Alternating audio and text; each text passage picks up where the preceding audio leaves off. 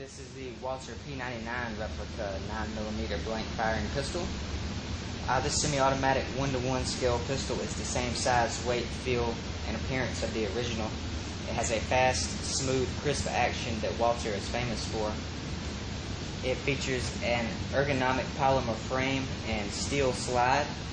It uses an internal striker instead of an external hammer, and features a thumb-mounted decocking button.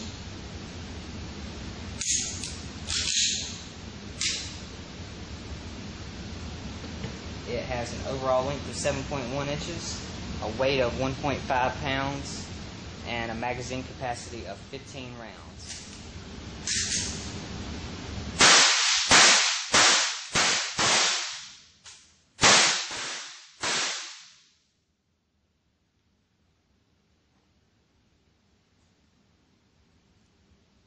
And like most semi-automatic pistols, the slide will stay back. Alright, this pistol includes a cleaning brush, instruction booklet, and hard-shell foam-lined carrying case. It is also available in a nickel finish and is made in Germany by Unirex.